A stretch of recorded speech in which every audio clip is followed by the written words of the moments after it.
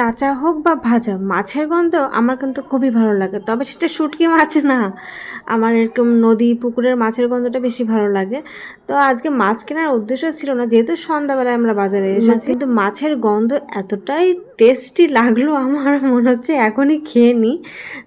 Actually সন্ধ্যাবেলায় মাছ আমার কিনতে ইচ্ছা করে না, কারণ রুমে গিয়ে সেটা ধোয়া, তারপরে ভাজা, রান্না না করলেও ভাজতে হয়। তারপরে অ্যাকচুয়ালি আমার রান্না বান্নাটা না দুপুরবেলা ভালো লাগে, দুপুরের মধ্যে হয়ে যাবে ঠিক আছে, কিন্তু রাত্রির বেলা রান্না আমার দ্বারা সম্ভব না। তো তারপরে আমরা সবজি কিনলাম, অনেক সবজি কিনেছি। কী কী সবজি কিনেছি সব কটা ভিডিওতে দেখায়নি, তবে কিছু কিছু ক্লিপ আমি নিয়েছি, যেহেতু আমি একা হাতে ক্যামেরা করছিলাম, আমার বরই বাজার করছিল, আর আমি বলে বলে দিচ্ছিলাম যে এটা নাও ওটা নাও, কারণ আমি বলছিলাম আর ভাবছিলাম যে এটা দিয়ে এই রান্না করব, ওটা দিয়ে ওই রান্না করব, কারণ আমি সব সবজি খাই না আর সব সবজি দিয়ে রান্নাও করতে পারি না। আমার কনফিউশন থাকে এখনও পর্যন্ত রান্না করতে গেলে পরে যে টেস্টি হবে তো। আর দেখেছো তো একটা জিনিস, যে আমি প্রচণ্ড পরিমাণে ঘেমে গেছিলাম, কারণ আজকে ভীষণ গরম ছিল। ভিডিওটা এডিট করছি আর রাস্তাতে গাড়ি যাচ্ছে।